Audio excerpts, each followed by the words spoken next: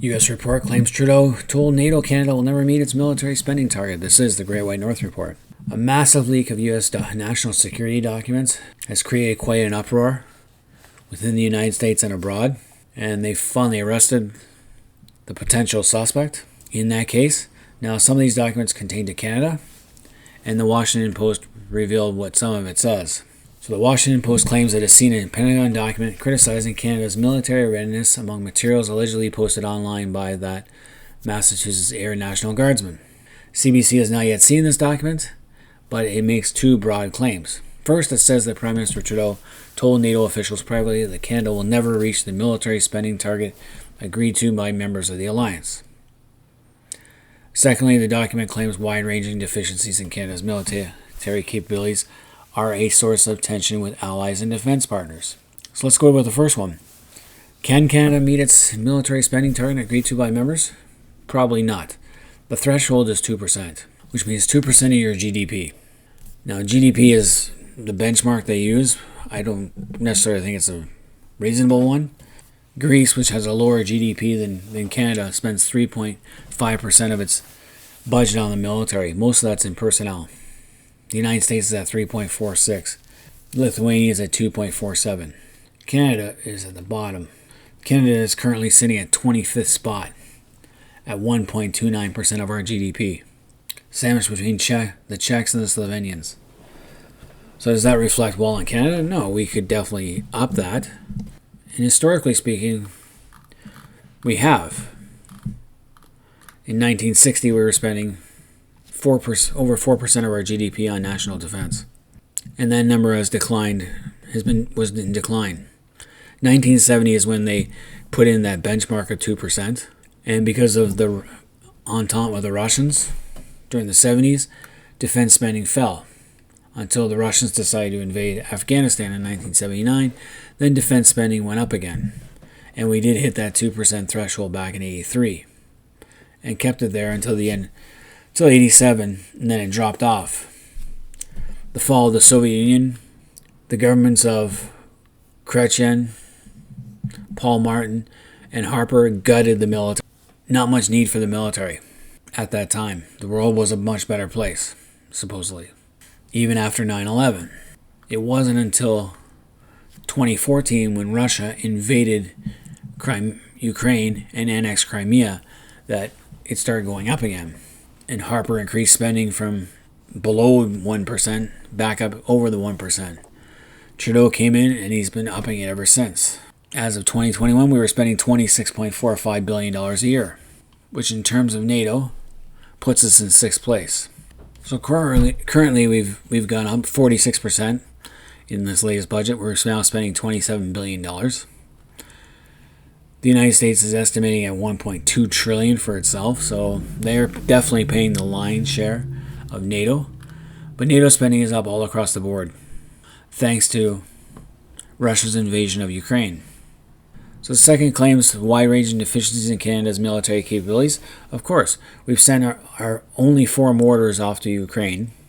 We've sent roughly 16% of our current tank fleet to Ukraine. Our fighters are obsolete. They were great in the 80s and early 90s, but not so great now. They should have been retired 10, 15 years ago. And we should have had replacements ready. Under the Harper government, they invested in and were going to purchase the F-35. But when Trudeau got elected in 2016, one of his campaign promises was to scrap the purchase of the F-35 and open up the bidding to other competitors. It took 6 years before the Canadian government finally decided to go with the F-35 over the Gripen, and we wasted all that time. In that 6 years, we could have had at least some of the F-35s already in our Air Force. Now we're going to have to wait longer. Unfortunately, our military spending and procurement has been politicized. We also have the same problem with our frigates, our Canadian Navy. We were downsized from a global naval power to a coastal one. Our frigates were built in the late 80s, early 90s. Have been retrofitted many times and extended, but they should have been probably retired 10 years ago or had replacements already started coming online. Again, that's the slowness of how we do things here. So there's tension between Canada and its NATO allies. Germany reported it's concerned about whether Canada can keep helping Ukraine while meeting its NATO pledges. Other NATO countries have complained that Canada has not made good on promise to increase its presence in Latvia, while the U.S. is seeking a faster modernization of Arctic defense technology. Yes, we're pouring more money into our military, but at the same time, we need things everywhere. The military needs stuff everywhere with our commitments. Currently, we have a battalion in Latvia, I believe, and usually try and keep at least one frigate in the Baltic area as part of the NATO task force there. Now, modernization of the Arctic defense technology is something we should definitely be looking into. We have made a step in the right direction by getting the Arctic patrol ships out there. But we really do need to upgrade the radar defense system that we had under NORAD. Turkey is disappointed in Canada's refusal to assist in transporting humanitarian aid after February's deadly earthquake. Turkey's one of those gray areas for me. I'm not a big fan of Turkey. They persecute the Armenian Christians living within Turkey's borders and are not exactly friends of the Kurds.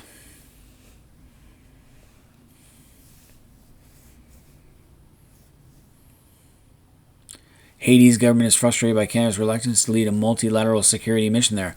I don't really care about Haiti. I don't want to sink another dollar of my taxpayer money into Haiti. Haiti is a failed state.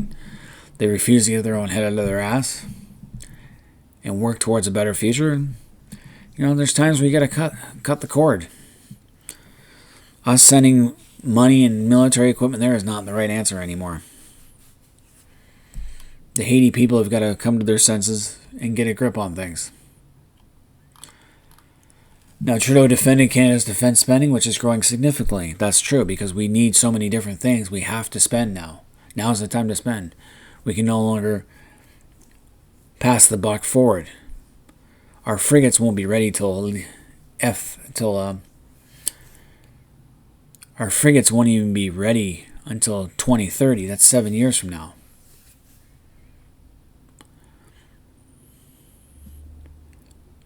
Our two shipyards can't meet the demand. They're behind schedule already on the Arctic patrol ships and the supply ships. We had to open up a third naval yard.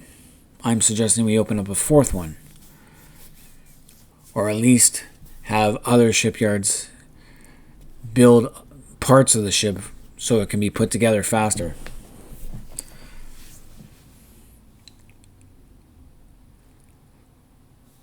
So Canada's defense grew by 15 billion or 40% within several years, and we've promised to buy F-35 fighter jets and modernize NORAD. Again, we should have already had those jets this year. Modernizing NORAD is a big priority. Trudeau claimed says that Canada is a reliable partner to NATO and a reliable partner around the world. We just don't have the military capacity right now. We don't have the personnel to do so. So fewer than half of NATO's members have reached the agreements. The alliance has agreed upon target of spending 2% of their GDP on defense. We're the lowest spenders within NATO as a share of national GDP. We're 6th in terms of GDP among NATO members, but we're 25th in spending. I think we could do better.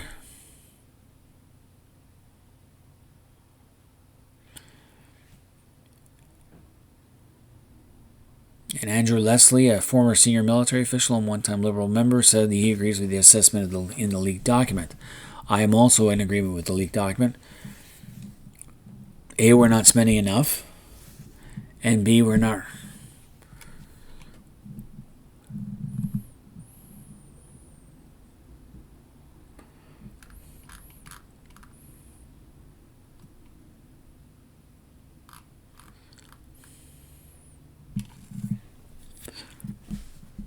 I agree with that assessment. A, we're not spending enough, and B, we just don't have the equipment.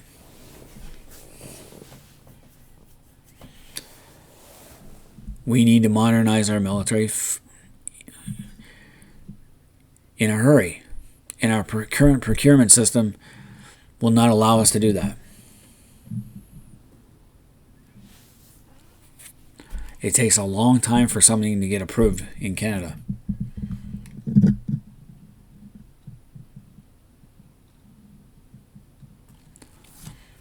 And our military contributions, Leslie goes on to say that the military contributions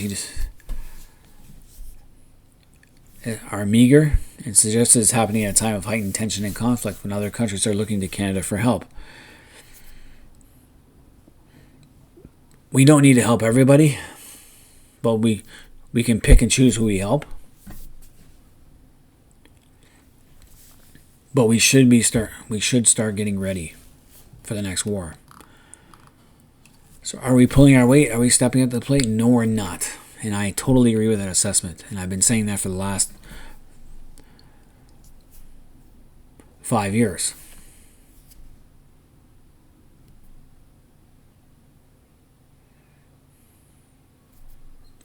Now, Defense Minister Anina Anand said Canada is the 6th largest defense budget among NATO alliance's members.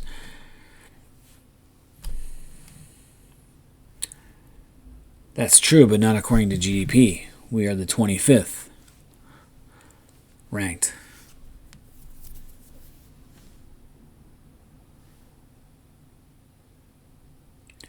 And they go on again to claim the purchase of the F-35s, which should have happened 7 years ago. And the modernization of NATO, efforts to expand Canadian-led NATO battle group in Latvia to brigade level, and Canada's aid contribution to Ukraine. That's a lot on our plate right now.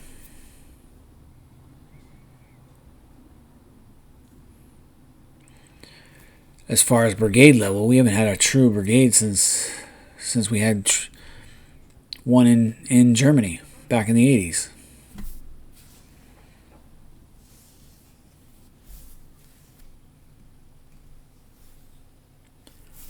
Now the good news is they did announce an $8 billion additional defense spending in the budget for 2022.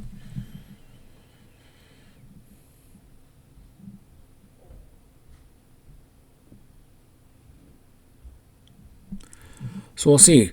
It's just that our cupboard's pretty bare and we have to replace it. And it's going to be costly. But any Canadians out there, let me know what you guys think about this report. And should Canada increase its military spending?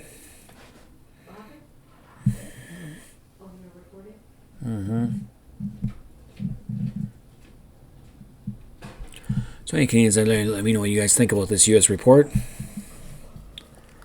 Should Canada meet its 2% threshold? And should Canada modernize its military faster? Leave comments in the comment section. Until next time, this has been the Great White North Report.